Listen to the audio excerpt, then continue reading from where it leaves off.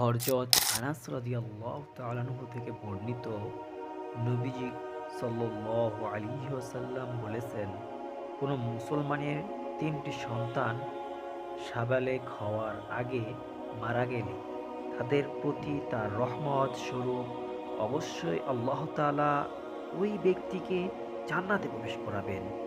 অন্য হাদিসে এসেছে, হযরত আবু সাঈদ রাদিয়াল্লাহু তাআলা আনহু থেকে বর্ণিত, একবার নারীরা এসে মহানবী সাল্লাল্লাহু আলাইহি ওয়াসাল্লামের কাছে আবেদন করল, আমাদের জন্য একটি দিন নির্দিষ্ট করে দিন। অতঃপর তিনি কোনো একদিন তাদের ওয়াজ নসিহত করলেন এবং বললেন, যে স্ত্রীর লোকের ৩টি সন্তান মারা যায়, তারা অর্থাৎ ওই সন্তানেরা তার জন্য জাহান্নামের প্রতিবন্ধক হবে। তখন এক মহিলা প্রশ্ন করলেন, দুটো সন্তান মারা গেলে?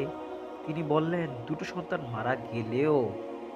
অপর একটি হাদিসে রাসূলুল্লাহ সাল্লাল্লাহু আলাইহি ওয়াসাল্লাম বলেছেন, আমার উম্মতের মধ্যে যার দ্রুত মৃত সন্তান থাকবে, তাদের প্রতিদিনে আল্লাহ তাআলা তাকে জান্নাতে প্রবেশ করাবেন। আয়েশা রাদিয়াল্লাহু তাআলা আনহা থেকে তখন নবীজিকে প্রশ্ন করলেন, আপনার উম্মতের মধ্যে যার একটি মৃত সন্তান থাকবে? তিনি বললেন, হে কল্যাণময়ী, যার এমন একটি সন্তান থাকবে তাকেও।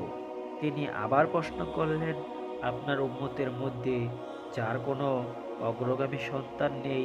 তিনি বললেন, আমি আমার উম্মতের জন্য অগ্রগামী, কেননা আমার ইন্তেকালে তারা যে কষ্ট পাবে তেমন আর কারো ইন্তেকালে পাবে না। কোরআন ও হাদিসের আলোকে ইমানি মেহনতের ইসলামী যোদ্ধা, ধর্মীয় গ্রন্থাবলী শুনুন, নিজ ইমানকে তাজা করুন।